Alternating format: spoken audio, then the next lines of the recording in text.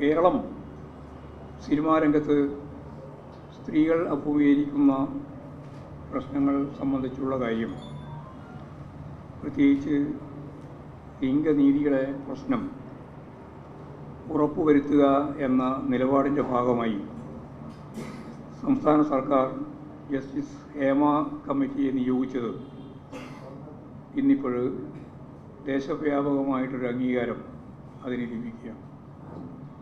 ഇന്ത്യയുടെ വിവിധ മേഖലകളിൽ അത്തരത്തിലുള്ള കമ്മിറ്റികൾ രൂപീകരിച്ചുകൊണ്ടുള്ള പരിശോധന വേണം എന്ന് ഇന്ത്യയുടെ വിവിധ സംസ്ഥാനങ്ങളിൽ നിന്നുള്ള ആവശ്യം ഉയർന്നു വരികയാണ്. കോടതിയും നമ്മുടെ ഹൈക്കോടതി ഇക്കാര്യത്തിൽ ഇടപെട്ട് committee report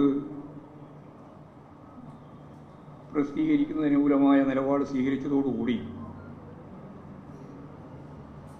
Hema committee report വെളിച്ചം കാണുകയും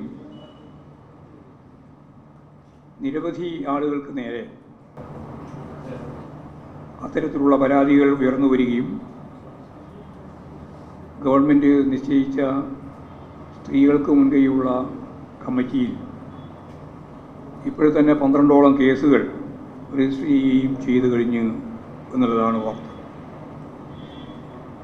ഞാനിവിടെ ഇപ്പോൾ ഇത് പറയാൻ കാരണം, ഹൈക്കോടതി പ്രത്യേക ബെഞ്ച് തന്നെ രൂപീകരിക്കുകയും ഒരു വനിതാ ജഡ്ജിയെ കൂടി ഉൾപ്പെടുത്തത്തക്ക രീതിയിൽ തീരുമാനമുണ്ടാവുകയും ചെയ്തിരിക്കുകയാണ്.